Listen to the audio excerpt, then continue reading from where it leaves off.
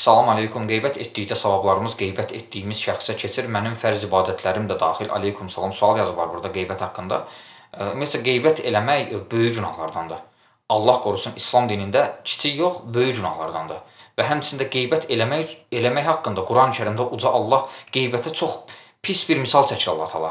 Çox çirkin bir misal. Çirkin misal deyəndə, yəni Allah Taala ayədə buyurur ki, Hucurat surəsində, Qurani-Kərimdə, sizlərdən kimsə ölmüş qardaşının ətini yeməyə razı olarmı? Subhanallah. Görün Allah Taala necə bir misal çəkir qeybətə. Yəni bu misal qeybətin nə qədər çirkin, mundar bir əməl olduğunu göstərir. Yəni bu misaldan sonra insan necə qeybət edə bilər? Yəni qeybət həm də qul haqqıdır. İnsan qeybət edərkən qarşı tərəfin qul haqqına girir. Və o ki qaldı ki, burada yazıblar ki, qeybət etdikdə savablarımız qeybət etdiyimiz şəxsə keçir. Əlbəttə ki, bir insanın qeybətini eləyirsə, sanki etdiyi o salih əməlləri, yaxşı əməlləri, ibadətlərini qarşı tərəfə bağışlayır, hədiyyə eləyir sanki. O adamdan alınıb, o adama verilir, qarşı tərəfə qeybət etdiyi şəxsə verilir əməllər.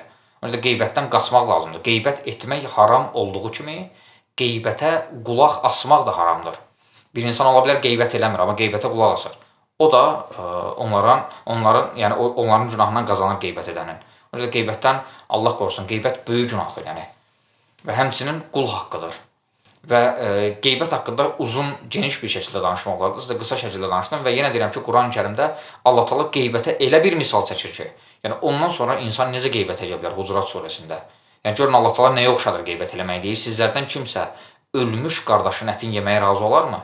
Yəni qeybət edən insan sanki ölmüş qardaşının ətini yeyir. Subhanallah. Yəni gör necə bir misal çəkir Allah Taala qeybətə. Allah qorusun, qeybətdən yenə deyirəm uzaq durmaq lazımdır. Yəni qeybət böyük günahdır, böyük günah.